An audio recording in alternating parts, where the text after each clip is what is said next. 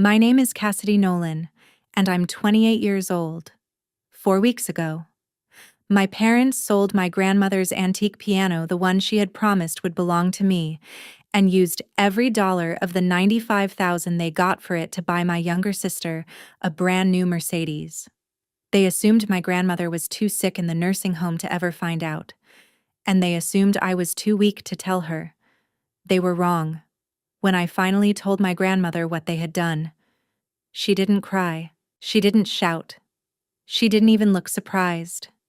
Instead, she reached for her phone, dialed one number, and calmly spoke 7 words that would destroy everything my parents believed they owned. Before I tell you what those 7 words were and what happened a few days later at my mother's 60th birthday party, take a moment to like the video and subscribe to the channel.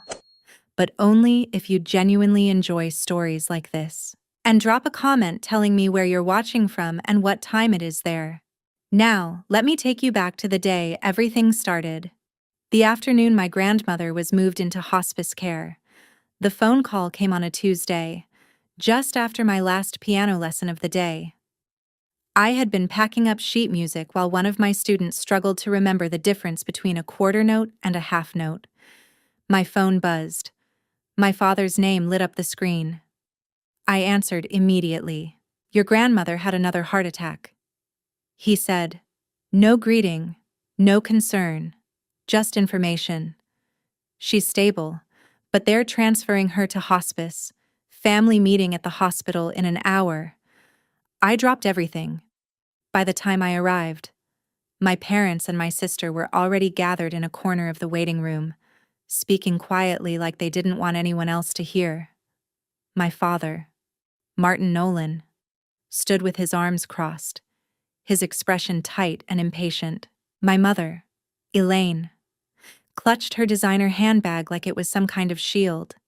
And my sister Brittany, 4 years younger than me and the unquestioned favorite in our family, was leaning against the wall scrolling through her phone, barely looking up. "Good. You're here," my father said when he saw me, not, "How are you doing?" Not, "This must be hard. Just business. We need to divide responsibilities."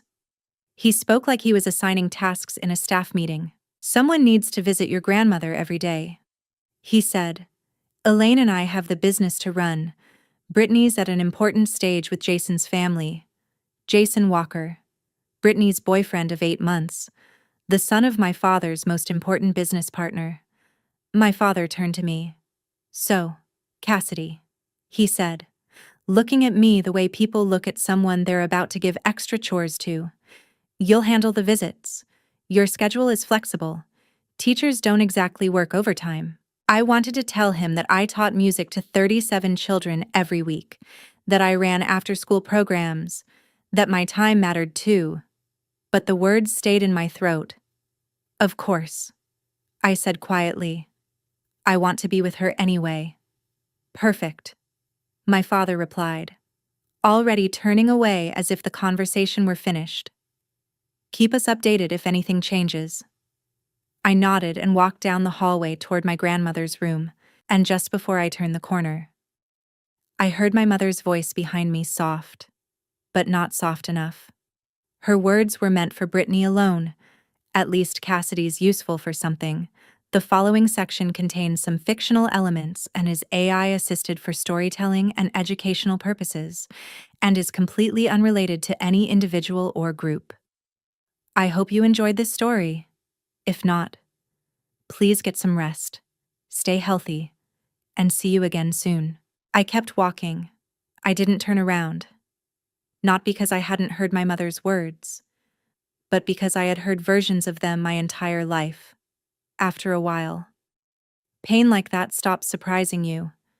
It becomes background noise. Something you carry quietly so other people don't have to acknowledge it. My grandmother's room smelled like lavender and old books.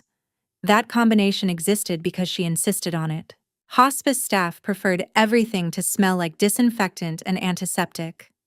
But Grandma had waved that idea away the first day she arrived. "If I'm going to die," she told me during my first visit, I'm going to do it surrounded by things I actually love. Her name was Margaret Nolan. She was 76 years old, sharp-minded, stubborn, and slowly losing a battle with congestive heart failure. The doctors had been honest with us. Weeks. They said, maybe a month or two if we were lucky. I visited her every afternoon after finishing my lessons. We talked about music most of the time, about the years she spent performing in small concert halls across the Northeast, about the students I taught who couldn't yet read sheet music, but somehow already felt rhythm in their bones. Those conversations were the only place in my life where I didn't feel like an afterthought.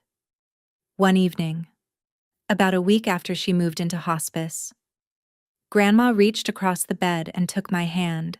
Her grip was weaker than I remembered, but her eyes were still sharp and alert. "Cassidy," she said quietly, "there's something I need you to know. Anything. Grandma, the Steinway." She paused, letting the word hang in the air. My mother's piano, the one built in 1892. Of course I knew the piano. I had learned my first scales on those ivory keys when I was 7 years old. I could still remember the smooth feel of the worn keys beneath my fingers and the deep, rich sound that filled the living room whenever Grandma played. That piano had been the soundtrack of my childhood. It was the only place in our house where I had ever truly felt seen. "It's yours," she said firmly. I blinked. "Grandma, I've already told your parents," she continued. "I told Martin and Elaine last month, in front of everyone." I remembered that dinner. My father's jaw tightening, my mother exchanging a quick glance with my sister, Brittany rolling her eyes and muttering something under her breath about sentimental junk. "Grandma, you don't have to give it to me," I said softly. "I want to." She squeezed my hand again, surprising me with the strength still hiding in her fingers. "You're the only one in this family who understands what that piano means," she said. "Promise me you'll take care of it, I promise." She smiled then, the kind of small, knowing smile that made it seem like she understood far more than she was saying out loud. "There are things in this world more valuable than money, Cassidy," she murmured, "and there are people who only learn that lesson the hard way." 2 weeks later, everything changed. Grandma asked me to bring some old photographs from her house, pictures from her performing years, black and white images of concert halls, programs, and newspaper clippings she wanted to see one last time. I still had a key to the house, so after my lessons ended on a rainy Thursday afternoon, I drove across town to get them. The house was quiet when I arrived, the kind of quiet that made every step echo. Rain tapped against the windows as I walked through the front door and into the familiar hallway. I passed the dining room, then I stepped into the living room, and stopped, because the corner where the Steinway piano had stood for nearly 30 years was empty. The house was quiet, too quiet. I stepped through the front door and into the foyer, shaking rain from my coat. The familiar scent of polished wood and old sheet music still hung faintly in the air. I walked past the dining room and toward the living room where the Steinway had stood for nearly 30 years. Then I stopped. The space was empty. For a moment, I actually forgot how to breathe, where the piano should have been. There was only a rectangular indentation pressed into the carpet, the faint outline of 4 heavy legs, the ghost of something that had lived there for decades and had been ripped away. My hands started trembling as I pulled out my phone. I called my mother. She answered on the 3rd ring. "Hello, Mom." My voice cracked despite my effort to steady it. "Where is Grandma's piano?" There was a brief pause on the other end of the line. Then her voice returned, casual and dismissive. "Your father handled that." My stomach tightened. "Handled it how, Cassidy?" "These are adult matters," she said coolly. "You don't need to worry about it." "Where is it?" I pressed. I said, "Don't worry about it." The line went dead. She had hung up. I stood in that empty living room for what felt like hours, staring at the indentation in the carpet while rain tapped steadily against the windows. Thunder rolled somewhere far away. Eventually, I forced myself to move. That evening, I drove straight to my parents' house.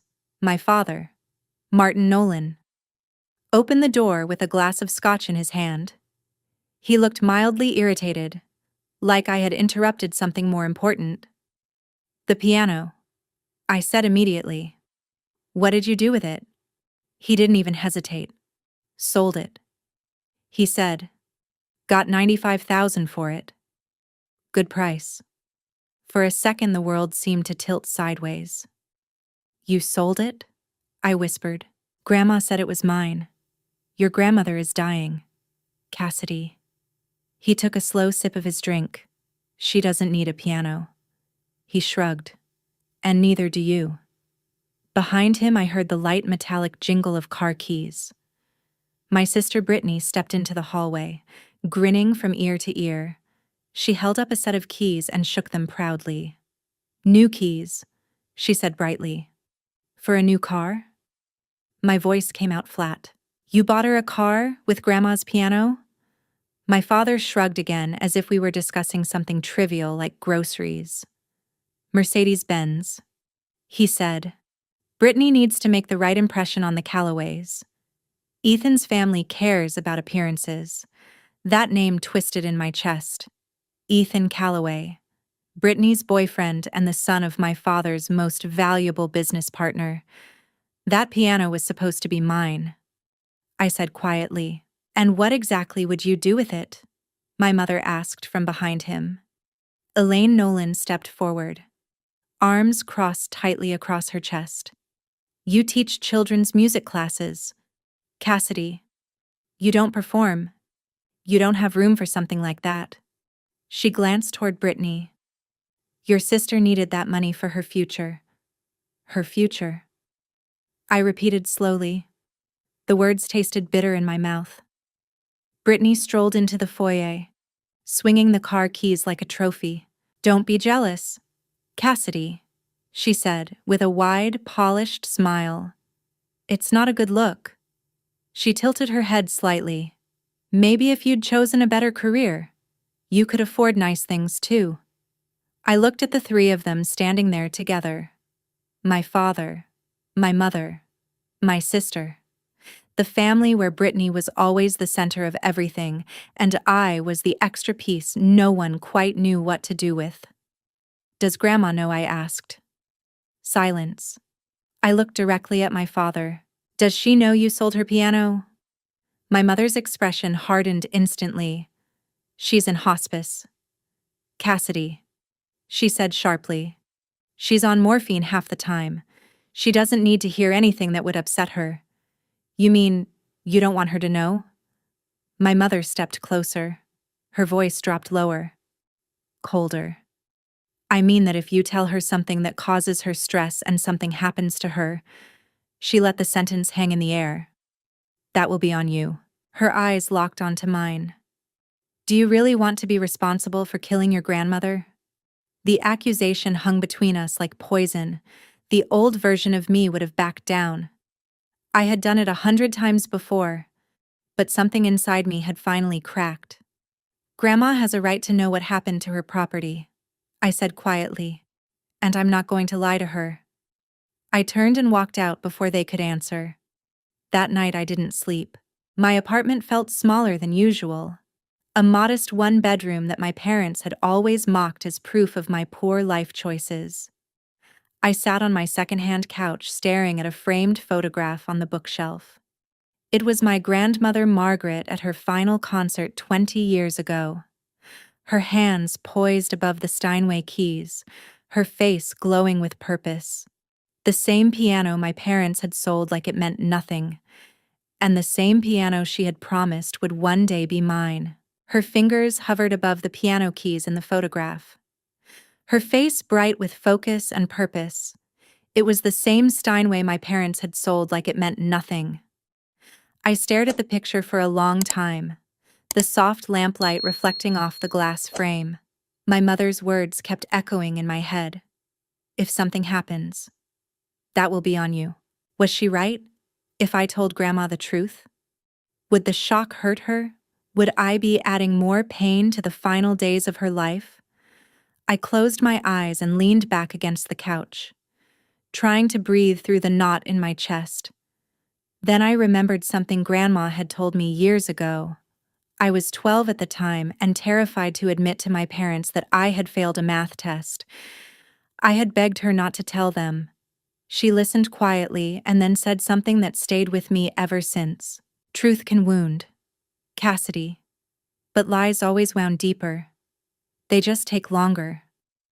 I pulled my knees up against my chest and sat there in silence. I thought about the last 28 years of my life, every moment when I had stayed quiet to keep the peace. Every time I accepted less because arguing felt pointless.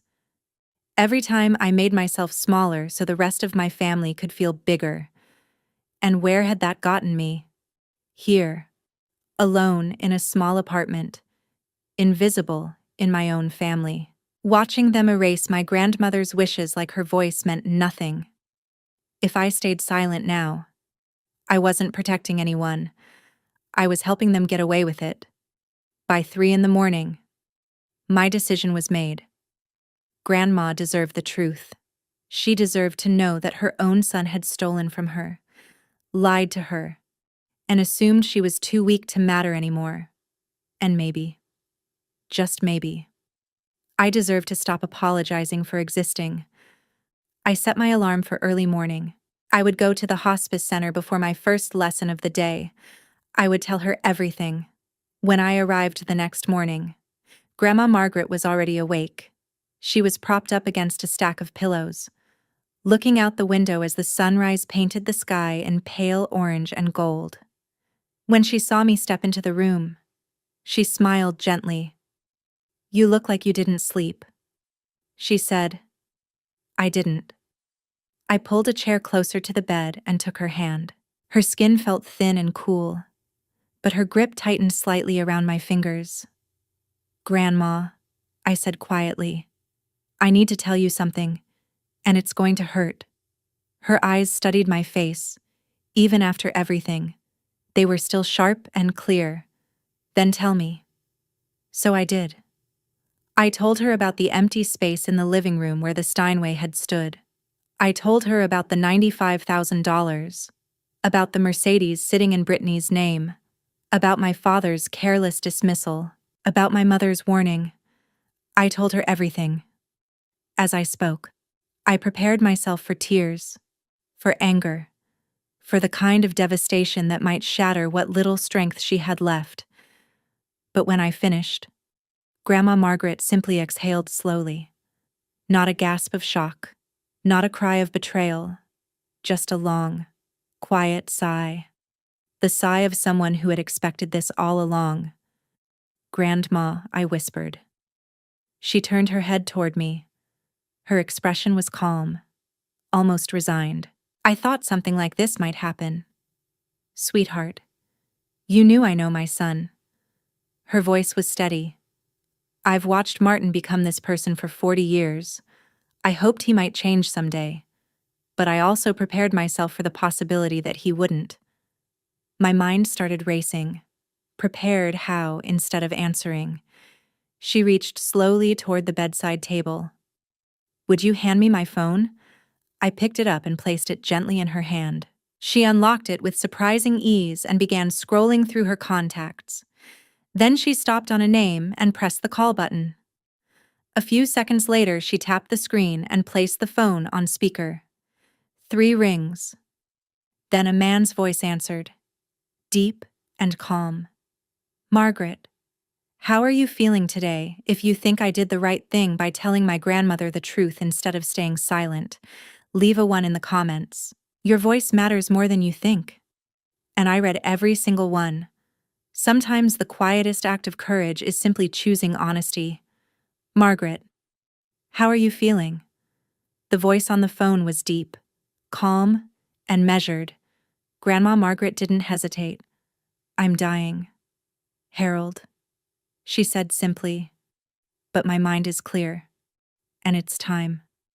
There was a short pause on the other end of the line. I understand. The man replied. When he asked, Sunday. Grandma said, Elaine's birthday party. At my house? Another pause. I'll prepare the documents, the man said. Thank you, old friend. Grandma ended the call and set the phone down gently on the bedside table. Then she looked at me with a small, knowing smile. I stared at her, completely confused. Grandma, who is Harold Jennings? She said calmly. He's been my attorney for 30 years. He was your grandfather's closest friend. You have your own attorney, I asked. She let out a soft, tired laugh. Oh, sweetheart, she said. I have many things your father doesn't know about. Her eyes sparkled faintly despite the exhaustion carved into her face. Martin has always believed he understands everything about my affairs. She continued. He's always believed that. She paused for a moment. That has always been his greatest weakness. I sat there, feeling like I had stepped onto the edge of something enormous, something I couldn't quite see yet. What's going to happen on Sunday? I asked slowly. At Mom's birthday party, Grandma Margaret squeezed my hand. Justice. The word was quiet but firm. Delayed, perhaps, she added. But justice nonetheless. I don't understand. You don't need to understand everything yet, she said gently. She leaned back against her pillows, suddenly looking much more tired than before. I just need you to do one thing for me. Anything. Come to the party, she said. Dress nicely, and bring your patience. A faint smile touched her lips. The same patience I taught you when you were learning Chopin and wanted to throw the sheet music across the room, despite everything. I almost laughed. That bad worse, she said softly. Her expression grew more serious again. But necessary. She looked straight at me. Your father and mother need to learn that actions have consequences. Then she added quietly. And I've spent 5 years making sure that when the lesson finally arrives, it will be unforgettable. 5 years. The number echoed in my head.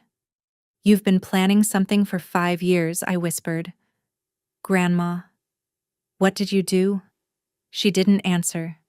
Instead, she closed her eyes slowly as exhaustion began to overtake her.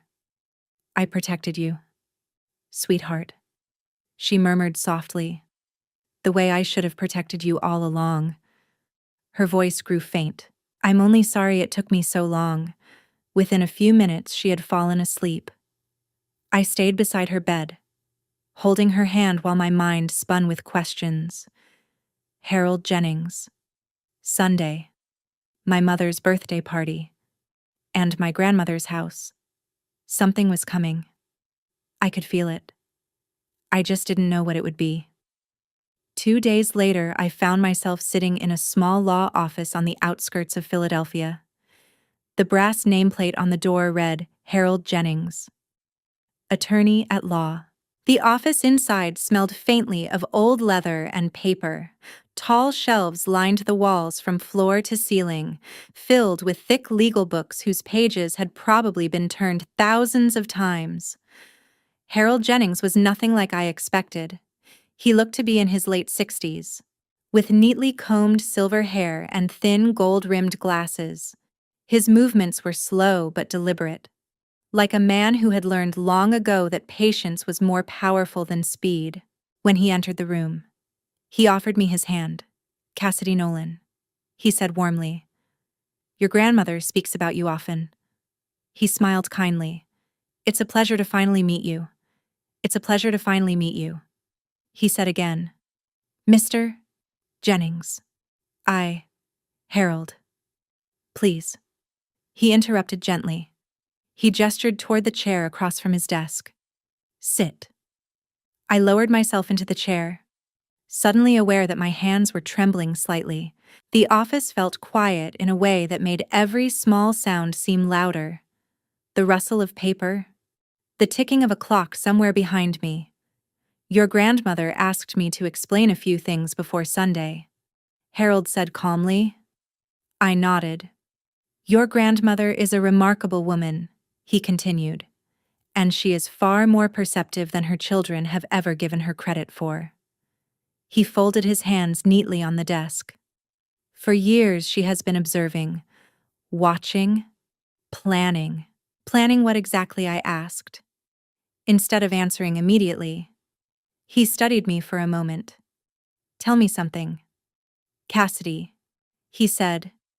Do you know who owns the house your parents live in? I blinked in confusion. They do, I said automatically. Grandma gave it to them after my grandfather passed away.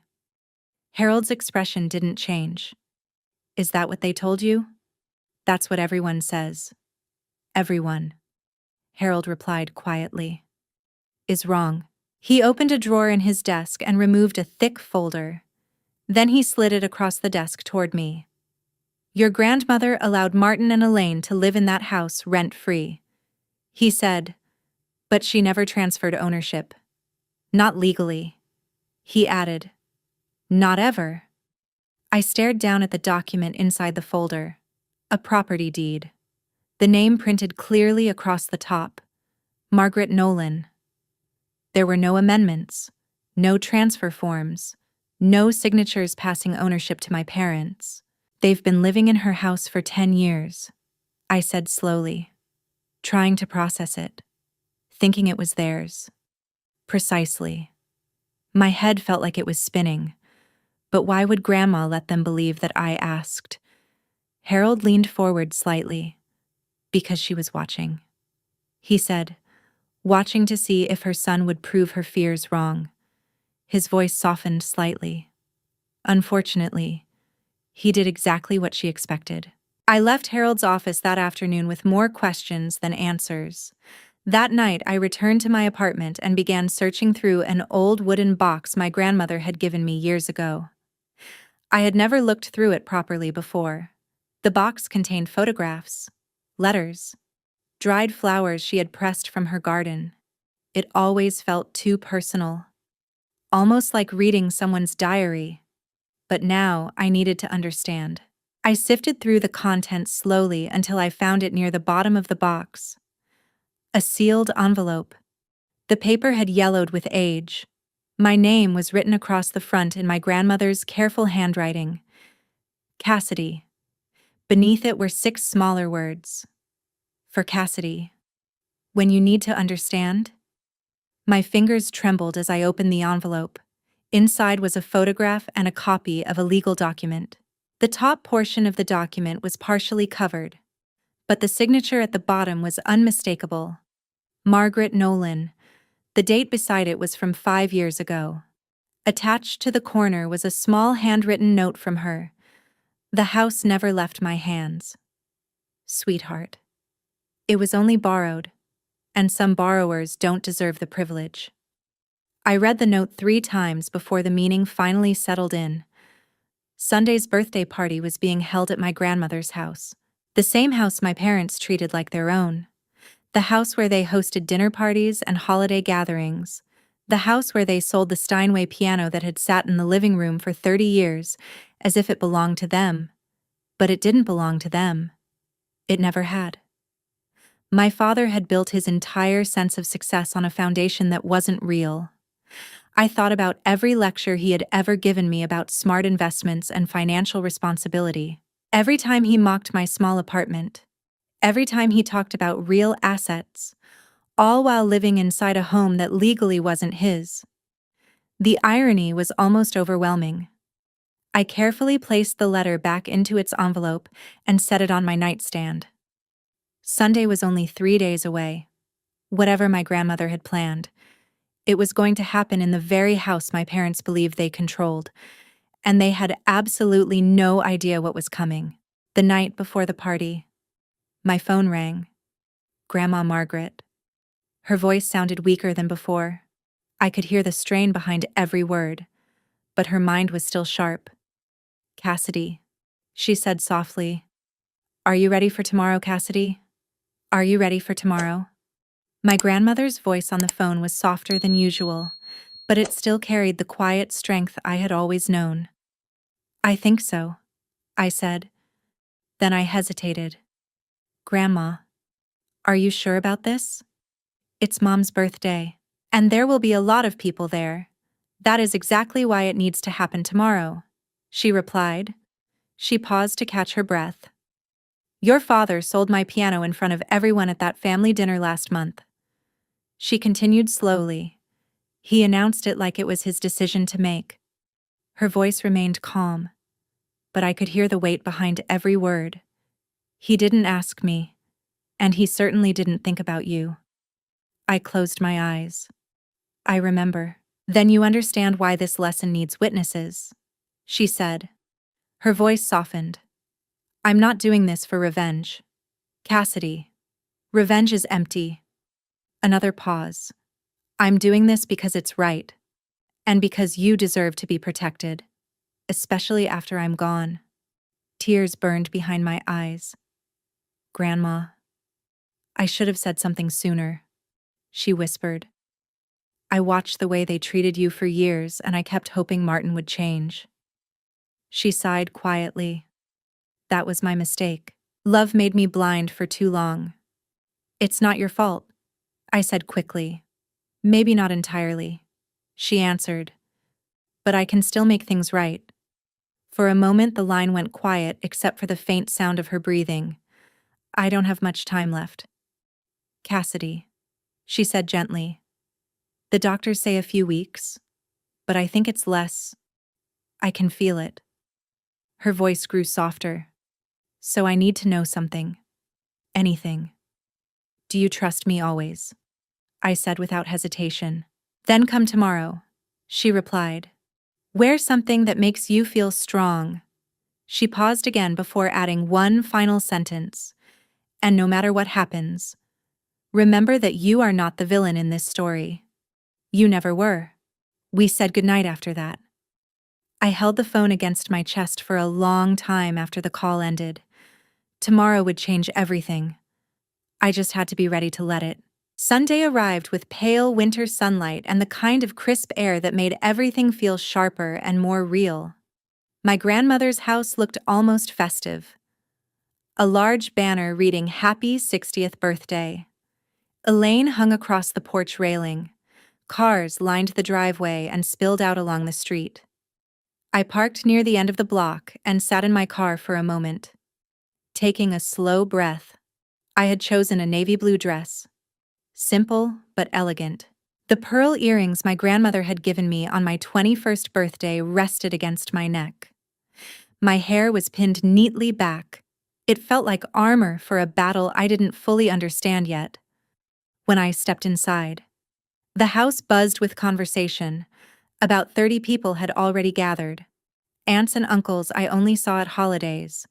Old neighbors. Several of my father's business associates. Near the fireplace, I spotted Ethan Calloway and his father talking quietly. Brittany stood beside Ethan with her arm looped through his, smiling brightly. But my eyes were immediately drawn to the living room. The corner where the Steinway had stood for 30 years was empty. Someone had placed a large potted plant there, as if greenery could somehow fill the absence. It looked ridiculous. A leafy apology for something that could never really be replaced. Across the room, my mother Elaine stood near the dining table in a red designer dress, accepting compliments as if she were royalty receiving tribute. My father Martin moved easily through the crowd, greeting guests with his usual practiced charm. And in the far corner of the room, almost unnoticed among the guests, sat Harold Jennings. His leather briefcase rested beside his chair. He caught my eye from across the room and gave me a nearly invisible nod. I nodded back. A moment later, my great-aunt Clara, my grandmother's younger sister, appeared beside me. Cassidy, sweetheart, she said softly. How is Margaret really tired? I answered honestly, but still sharp. She always was the clever one. Aunt Clara said. Her eyes drifted across the room. I noticed the piano is gone. Aunt Clara, I heard Margaret wanted to sell it. Someone nearby said. I opened my mouth to respond, but my father's voice suddenly cut through the room. Everyone, if I could have your attention. Please. Martin Nolan stepped into the center of the living room with a crystal glass raised in his hand, commanding the space like it belonged to him. Which, I now knew, it didn't. Today, he announced proudly, we celebrate 60 wonderful years of Elaine Nolan. Applause broke out around the room. My mother smiled brightly, basking in the attention. And, my father continued, I'd like to share some exciting family news. My stomach dropped. As many of you know, our daughter Brittany has been seeing Ethan Calloway, the son of my dear friend and business partner Robert Calloway. He gestured toward Ethan, who nodded politely beside Brittany, to celebrate her bright future. My father continued, we have a special surprise. He motioned toward the front door. Everyone, come outside. Guests began filing toward the driveway, curious murmurs filling the air. I followed slowly, my chest tightening with every step. Parked in the driveway was a gleaming silver Mercedes-Benz. A large red bow sat perfectly centered on the hood. A gift, my father announced proudly, made possible by Margaret Nolan's generosity. My throat tightened. She chose to sell her antique piano, he continued, to invest in her granddaughter's future. Brittany squealed with excitement. She threw her arms around my father and laughed as guests applauded. Cameras came out. Someone began taking photos while Brittany posed beside the car like it was a prize she had won. I stood frozen on the porch. He was doing it again, rewriting the story, turning himself into the hero while completely erasing my grandmother's wishes. A woman standing near the driveway leaned toward her husband and whispered quietly, wasn't that piano supposed to go to the other granddaughter, the music teacher? Her husband shrugged. Plans must have changed.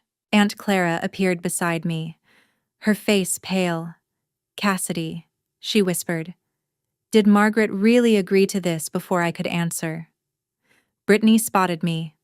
Oh, Cassidy, she called out sweetly, her voice dripping with false kindness. Come take a picture with us. She waved her keys playfully. Don't be jealous. I'm sure Grandma will leave you something too. She laughed lightly. Maybe her collection of old sheet music. A few scattered chuckles rippled through the crowd. My hands started shaking. My vision blurred as tears threatened to fall. But I forced them back. And then, behind me, I heard the quiet click of a briefcase opening. Guests began moving back inside the house, but before my father could follow them, Aunt Clara stepped directly into his path. Martin, she said calmly. Her voice was steady. But I noticed her hands trembling slightly. I need to ask you something. My father's smile remained fixed in place. Can it wait? Clara, we're in the middle of a celebration. Did you ask Margaret before you sold that piano? The question dropped into the room like a stone into still water. Nearby conversations faltered and faded. Mother is in hospice, my father replied smoothly. She's not in a condition to handle decisions like that. We did what was best for her. He lifted his chin. I spoke with her this morning. Aunt Clara straightened. She's perfectly clear-headed. Martin, she said firmly, completely lucid. Her voice grew stronger, and she told me you never asked her permission. Silence spread through the room. I saw Robert Calloway frown slightly. Ethan shifted uncomfortably beside Brittany. My mother stepped forward quickly, her face flushed. Clara, this is my birthday. Let's not create a scene. A scene? Aunt Clara laughed softly. But there was no humor in it. Elaine, your husband sold Margaret's most precious possession without her knowledge and used the money to buy a car. She gestured toward the driveway. If anyone created a scene here, it wasn't me. The room fell completely silent. 30 pairs of eyes moved back and forth between my parents and Aunt Clara. My father's composure cracked just slightly. "This is a private family matter," he said sharply.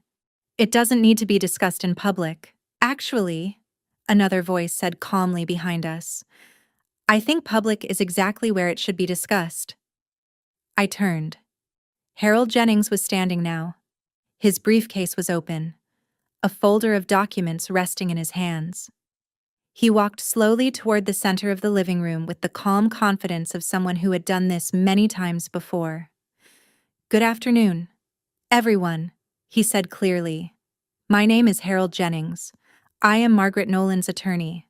My father's face went completely pale. The silence in the room became suffocating. Harold positioned himself carefully near the empty corner where the Steinway piano had once stood.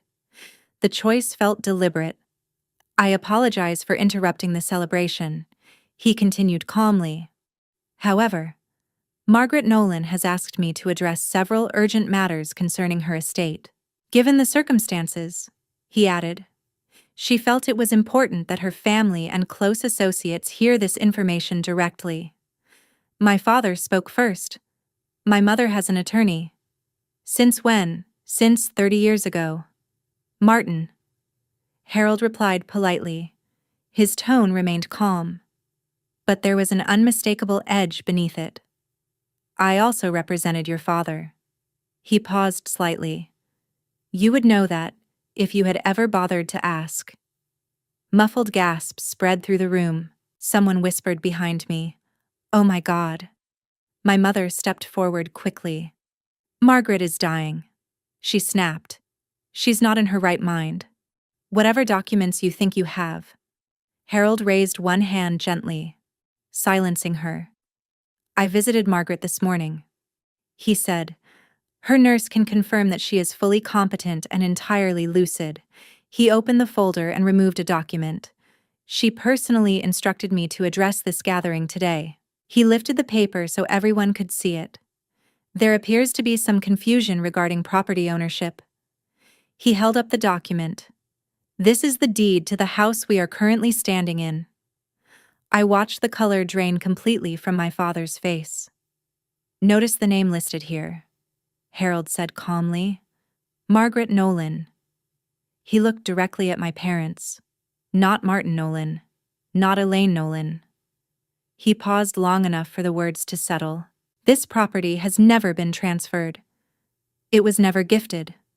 For the past 10 years, your parents have simply been living here rent-free at Margaret Nolan's generosity.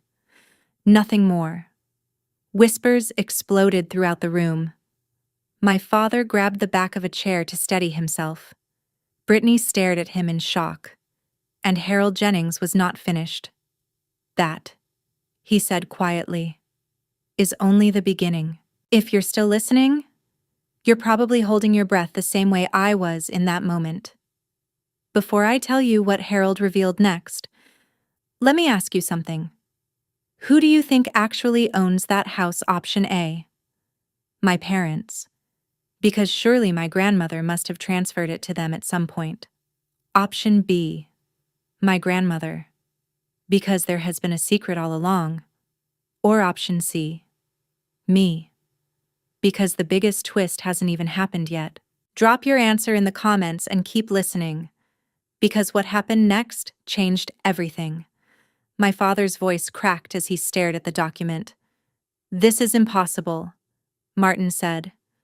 "Mother told us the house was ours. She promised. She promised you could live here." Harold corrected calmly. He placed the deed flat on the dining table where everyone could see it. "There is a significant legal difference between living somewhere and owning it." "Mr. Nolan." The realization began spreading through the room like wildfire. I saw Robert Calloway slowly take a step back from my father. One of the neighbors leaned toward her husband, whispering something under her breath. "For 10 years," Harold continued, "you have lived in this property without paying rent, utilities, or property taxes. All of those expenses were covered directly by Margaret Nolan's accounts. His voice remained steady. You treated this home as if it were yours. You even made structural changes without permission. He glanced toward the ceiling where the modern light fixtures my mother installed last year now hung. Legally speaking, you are tenants at will, and the property owner has the right to terminate that arrangement at any time. You cannot be serious, my mother said sharply. We have lived here for a decade. We have invested in this house, invested without authorization. Harold replied. His expression did not change. Any modifications made without written consent legally belong to the property owner. Margaret Nolan. Brittany grabbed Ethan's arm. This is insane. She said, Dad, tell them this is some kind of joke. But my father couldn't speak. He stood there staring at the deed as if it were a death sentence. There is also another matter worth mentioning. Harold continued almost casually. Pennsylvania law takes property fraud very seriously. Representing someone else's property as your own, particularly in business dealings, can carry significant legal consequences. I watched Robert Calloway's expression change. Just moments earlier, he had been smiling politely beside my father. Now he was looking at him very differently, not like a partner, like a liability. The image my father had carefully built over the years was starting to crumble right in front of everyone. And Harold Jennings still had more papers in his folder. Now, he said, removing a second document. We must address the matter of the trust. What trust? My father asked hoarsely. 5 years ago, Harold said, Margaret Nolan established a separate legal trust independent of the will previously shared with the family. He looked around the room before continuing. This trust was created specifically to protect her most valuable assets in the event of financial misconduct. Financial misconduct, my mother sputtered. We are her family. Family members are fully capable of misconduct, Harold replied calmly. As recent events have clearly demonstrated, he lifted the document in his hands. According to the terms of this trust, the following assets are irrevocably assigned to a single beneficiary. He began listing them one by one.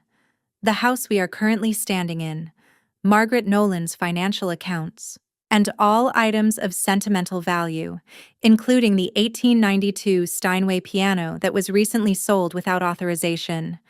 Then he looked up. His eyes settled directly on me. The sole beneficiary is Cassidy Nolan. The room fell completely silent. Then Brittany screamed. What? That's fraud, my father shouted immediately. She manipulated her, that little Martin. Harold's voice turned cold. I strongly advise you to choose your next words carefully. He gestured calmly toward the room. Everything said here today has been witnessed by more than 30 people. Aunt Clara stepped beside me and squeezed my hand. Margaret knew exactly what she was doing, she said quietly. Harold continued speaking. For 5 years, Margaret Nolan observed her family. She waited. She hoped her son would prove her wrong. He paused. Instead, he sold her most treasured possession to purchase a luxury vehicle for the granddaughter who rarely visits her. He looked directly at my father. Actions have consequences. Mr. Nolan. My mother had begun crying. Brittany looked pale, like she might faint, and I couldn't move. I couldn't breathe. Harold allowed the room to absorb the shock before continuing. Regarding the sale of the Steinway piano, he said, pulling out another document. Because the piano was part of the trust and Cassidy Nolan is the designated beneficiary. The sale conducted without trustee consent constitutes unauthorized disposal of trust property. Brittany's voice came out small and shaky. What does that mean? It means, Harold replied calmly, that the $95,000 obtained from that sale must be returned to the trust within 30 days. His eyes moved slowly across my parents and sister. If repayment is not made within that period, civil litigation will begin for misappropriation of trust assets. He paused. Given the documentation involved, the outcome would not be favorable for your family. My father laughed suddenly. It was a hollow, desperate sound. We don't have $95,000 sitting around, he said. The money went to the car. Harold nodded toward the window. Outside, the silver Mercedes still sat in the driveway with its red bow. Then I suggest liquidating that asset, he said calmly. The dealership may accept a return, although you will likely incur a significant loss. Brittany burst into tears. My car. You're taking my car. I'm not taking anything. Miss Nolan, Harold replied. I'm simply explaining the legal consequences of your family's choices. Brittany looked desperately toward Ethan, but he had already taken a step away from her. His expression had gone carefully neutral. Robert Calloway leaned down and whispered something to his son. Neither of them looked sympathetic anymore.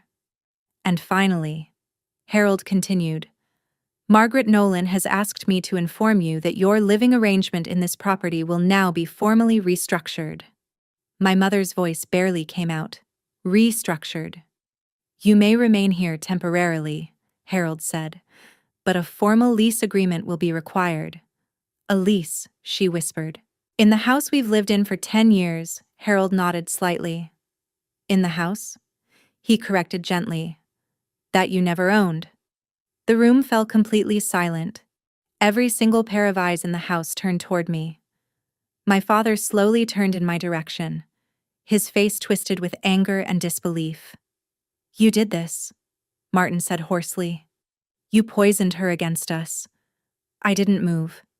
No. Dad. I said calmly. I didn't do anything. My voice was steadier than I expected it to be. Grandma made those decisions 5 years ago, long before I knew anything about them. I only found out this week. Liar. My mother snapped. Elaine's voice shook with bitterness.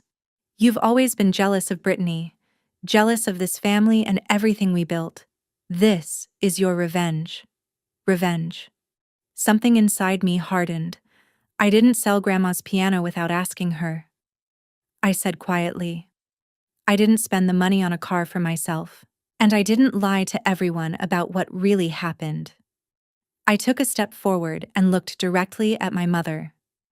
I'm not the one who said, at least she's useful for something, when I agreed to visit Grandma every day. A wave of shocked murmurs passed through the room. And I'm not the one who hung up the phone when I asked what happened to her piano. I held her gaze. And I'm definitely not the one who threatened me by saying I would be responsible for killing Grandma if I told her the truth. Gasps rippled through the crowd. Aunt Clara's hand tightened around mine. For the first time in my life, I didn't look away. I spent 28 years invisible in this family. I continued quietly. I accepted it because I thought that was what love meant. Making yourself smaller so everyone else can feel bigger. I looked at my father, then my mother, then Brittany, who was still crying somewhere near the doorway about the car she was about to lose. But Grandma taught me something different. I said, she taught me that loving yourself sometimes means standing up for what is right, even when it costs you everything. I took a slow breath. So here is what I want you to understand. I'm not apologizing anymore. I'm not staying silent anymore. And I'm done pretending everything is fine when it isn't. The room remained absolutely still. No one said a word. One by one, guests began quietly gathering their coats. People avoided eye contact as they slipped toward the door. Soft whispers filled the air as the crowd slowly disappeared. Within minutes, the house that had been full of voices felt strangely hollow. Harold gently touched my arm. Cassidy, he said quietly. We should discuss the next steps. I nodded, still feeling like I was watching everything from outside my own body. Legally speaking, Harold continued softly so only I could hear. You have several options. You could demand immediate eviction, given the circumstances. Your grandmother would absolutely support that decision. I looked across the room. My father had collapsed into a chair, his head buried in his hands. My mother stood frozen near the window. Mascara streaked down her face. Brittany had vanished outside, probably still crying beside the Mercedes. They looked broken. Part of me wanted revenge. A small, wounded part of me wanted them to feel every bit of the pain they had caused me for 28 years. But that wasn't the person I wanted to become. I don't want to throw them out, I said quietly. Not immediately. Harold raised an eyebrow. Are you certain? Yes. I inhaled slowly. Here's what I want. The $95,000 gets returned within 90 days. Not 30. I'll give them time to sell the car and figure things out. They can remain in the house under a formal lease agreement with minimal rent. My voice faltered for just a moment. And after Grandma? I swallowed hard. After she passes, they'll have 12 months to find somewhere else to live. Harold studied me carefully. That is remarkably generous. Given everything that has happened? Maybe. I said. But I'm not doing this to punish them. I'm doing it because it's right, and because I refuse to become the kind of person they are.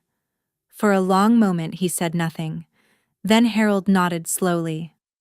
Your grandmother told me you would respond this way.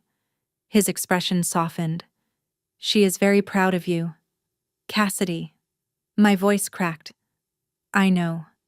The agreement was written right there on the dining room table. Aunt Clara and 2 remaining guests stayed as witnesses. My father signed the paper without looking at me. My mother's hands shook so badly she could barely hold the pen. Neither of them spoke. By the time the last signature was finished, the house was nearly empty. Robert Calloway and Ethan had already left without saying goodbye. Later, I learned Ethan had driven away while Brittany was still outside crying. The birthday cake sat untouched on the table. The banner on the porch hung crooked and forgotten. Aunt Clara hugged me tightly before she left. You did the right thing, sweetheart, she whispered. Margaret would be so proud. She is proud, I said softly. I spoke with her this morning, almost as if she heard us. My phone buzzed. A video call from the hospice center. I answered it while walking slowly to the empty corner of the living room where the Steinway had once stood. My grandmother's face appeared on the screen. She looked pale, but peaceful. Nurse Carol stood behind her with a warm smile. My brave girl, Grandma Margaret said softly. How do you feel? Terrified, I admitted. And relieved. And sad. She smiled gently. That's what courage feels like. Sweetheart, it's never comfortable. I didn't throw them out, I said. I gave them time. I know. She replied. Harold already texted me. Her eyes shimmered with emotion. You are a better person than they deserve. Cassidy. But that is exactly why I chose you. I pressed my hand against the screen, wishing I could hold her hand instead. Thank you, Grandma, for everything, for protecting me. Don't thank me, she said softly. Just live well, play music, be happy. That will be thanks enough. I will, I whispered. I know you will, she said. Her eyes slowly closed. I know you will. And now you might be wondering something. Did my parents ever change? The truth is complicated. Not every story ends neatly. But every story leaves you with a lesson. Before I tell you what happened in the months that followed, I want to ask you something. Have you ever had to set boundaries with your own family? Was it difficult? Share your story in the comments. I read every single one. I read every single comment you left. And in the first week after the party, everything fell apart faster than I could have imagined. News travels quickly in tight social circles, and the story of what happened at Elaine Nolan's 60th birthday spread through our community like wildfire. My father's business partners suddenly became very busy. Meetings were postponed. Phone calls went unanswered. People who had once treated him like a rising success now seemed strangely unavailable. Robert Calloway officially withdrew from the joint venture he and my father had been negotiating for months. When my father demanded an explanation, the answer he received was blunt. "I can't do business with someone I can't trust." Then Robert added something even colder. "Martin, if you're willing to deceive your own mother, what would you do to a business partner?" The deal would have been worth more than $200,000. It disappeared overnight. Brittany was forced to return the Mercedes. The dealership offered them only $80,000, $15,000 less than what my parents had paid. She screamed at the salesman for nearly 20 minutes before finally signing the return papers. 3 days later, Ethan ended things. Not in person, not even with a phone call. A text message. "My family thinks it's best if we take some time apart." The translation was obvious. The Calloways wanted nothing to do with the Nolan family scandal, for the first time in her life. Brittany was ordinary. No luxury car, no wealthy boyfriend, no special treatment. She had to borrow my mother's old Honda just to drive to job interviews. I didn't celebrate. I didn't call. I didn't even mention it. I simply continued living my life. I taught my students their scales and finger exercises. I visited Grandma Margaret every evening, but I would be lying if I said I felt nothing watching the illusion crumble. My father had spent years measuring success through appearances. The house, the car, the right connections. Now he was learning something he had never understood before. None of it had ever been his. The entire foundation of his identity had been borrowed, and borrowed things eventually have to be returned. 3 weeks after the birthday party, the hospice called me at 6 in the morning. "You should come now," the nurse said gently. "She's asking for you." I drove faster than I should have. My heart pounded the entire way there.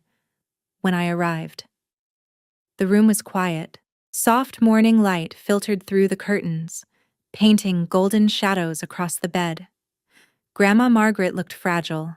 Her breathing was shallow, her skin almost translucent, but her eyes were open, and when she saw me, she smiled. "My Cassidy," she whispered, "come sit with me." I took her hand carefully.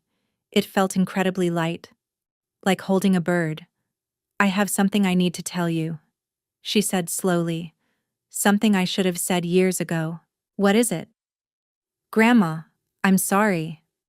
The word surprised me, sorry for what a tear slid slowly down her cheek. "I watched the way they treated you year after year," she said quietly. "I kept hoping Martin would change. I kept hoping Elaine would see how special you are." She swallowed.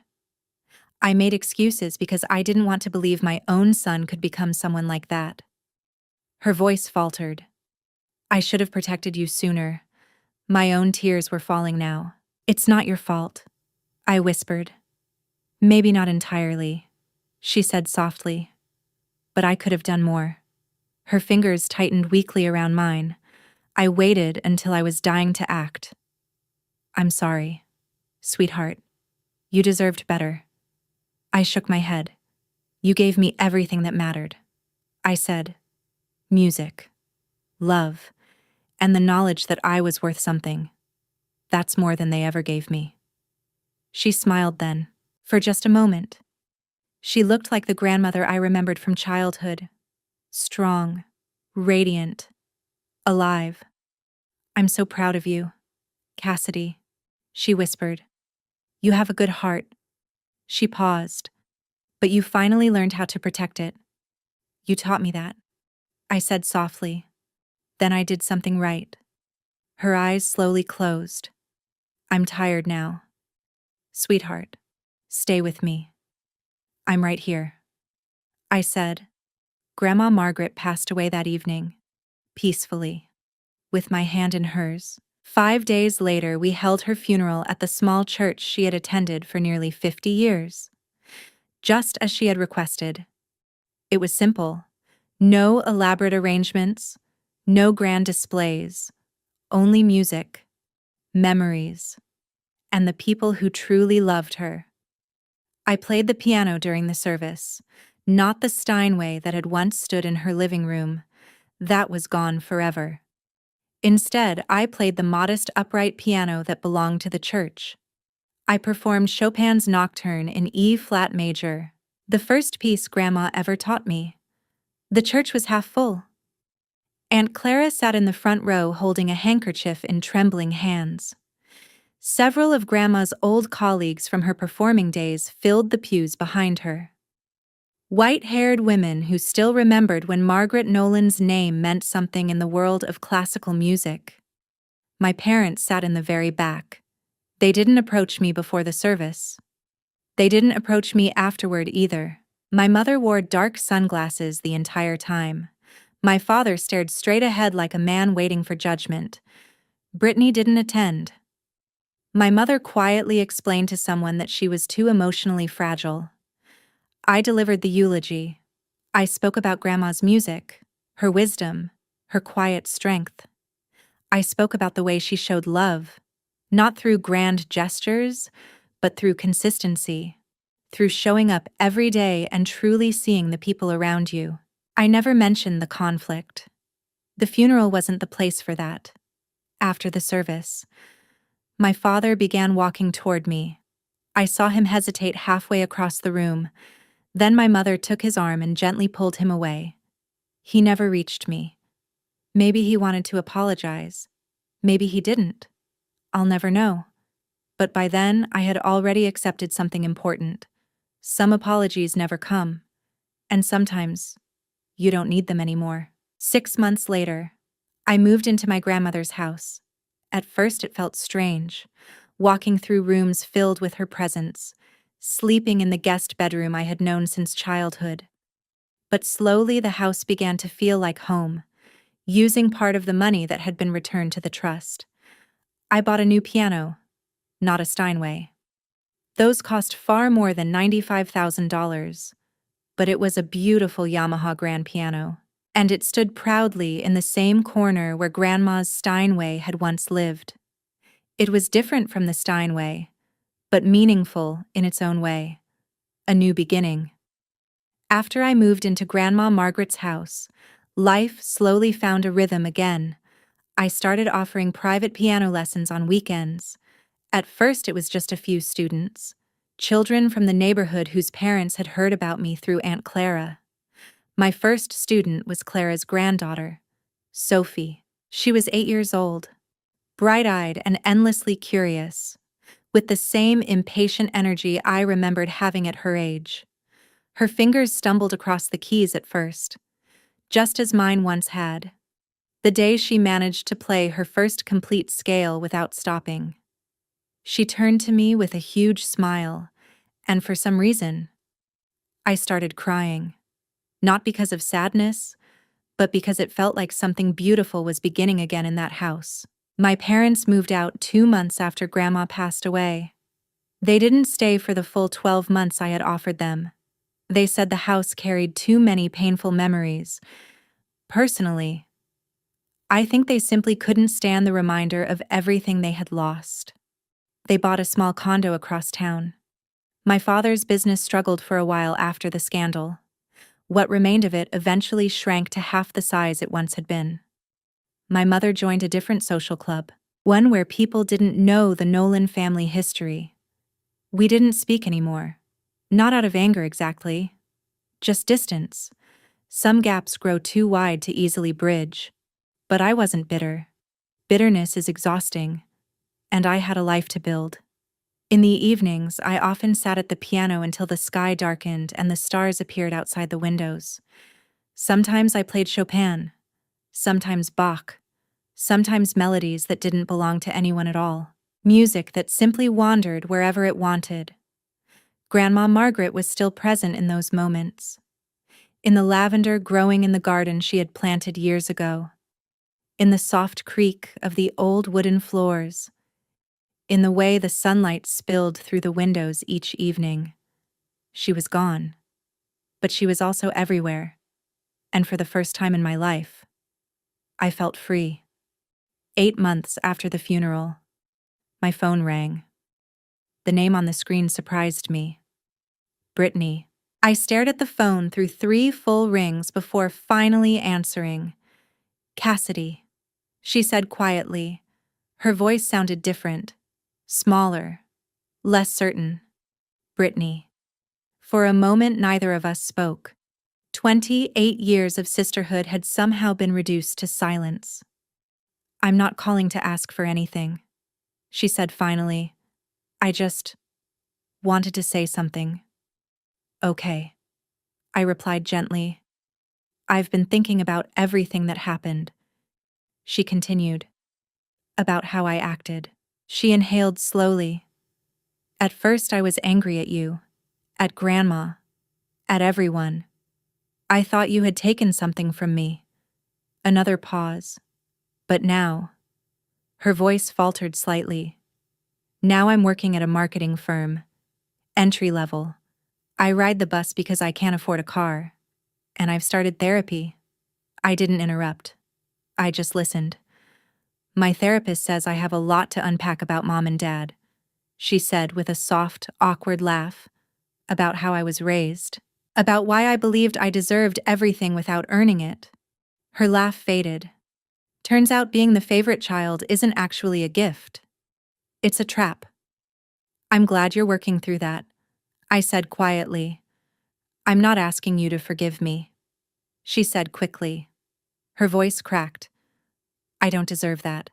I just wanted you to know that I understand now why you did what you did, and why Grandma did what she did. Grandma loved you too. Brittany, I said. She just couldn't reward behavior that hurt other people. I know, she whispered. I know that now. We sat in silence for a few seconds. If you ever want to talk again, I said slowly. I'm willing to listen, but trust takes time to rebuild. I understand, she said. Good. We ended the call without saying goodbye. Not because we were cold, but because neither of us quite knew how to close that conversation. Some doors open slowly after they've been shut, but they can still open. It is spring now, a full year since Grandma Margaret entered hospice. Tonight, I'm sitting at the piano as the sun sets behind the garden. The windows are open and a warm breeze carries the scent of jasmine and freshly cut grass through the room. I play Grandma's favorite nocturne, the one she performed at her final concert 20 years ago. The notes drift through the quiet house, soft and steady. As I play, I think about everything that happened. The betrayal, the truth that came out that day in the living room, the boundaries I never thought I would have the courage to draw. I think about Grandma, her strength, her patience, her quiet determination to protect me even when I didn't know I needed protecting. I think about my parents living in their small condo across town, rebuilding a life that looks nothing like the one they once imagined.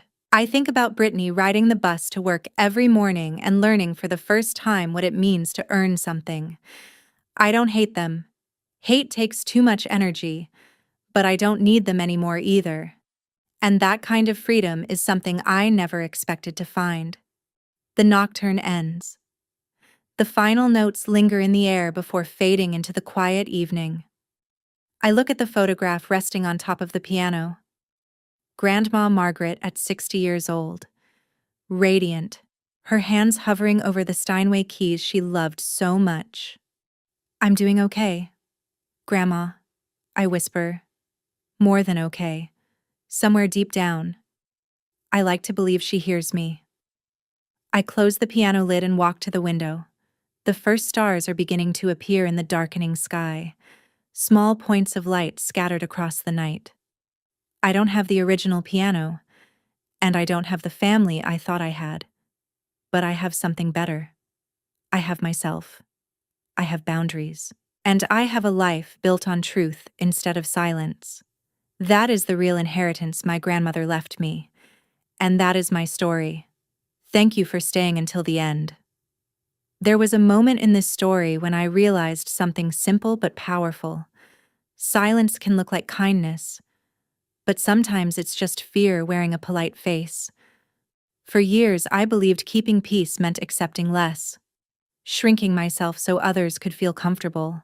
But truth has a strange way of restoring dignity, even when it arrives painfully. Standing up for what is right doesn't always feel heroic in the moment. Sometimes it feels terrifying, lonely, and uncertain. Yet that small act of honesty can protect someone, change a life, or stop a cycle that has lasted for years. I often wonder what you would do if you were standing where I stood that night. Would you stay quiet? Or would you tell the truth, even if it changed everything, and wherever you're listening from right now? I'd genuinely love to know. Leave a comment and tell me your city or country. Stories like this travel farther because of people like you. A single subscribe from you helps this channel keep sharing real stories about courage and boundaries. A like or a share might help someone out there realize they are not alone and that they deserve to be heard too. In a quiet way. That makes you part of the reason these stories matter.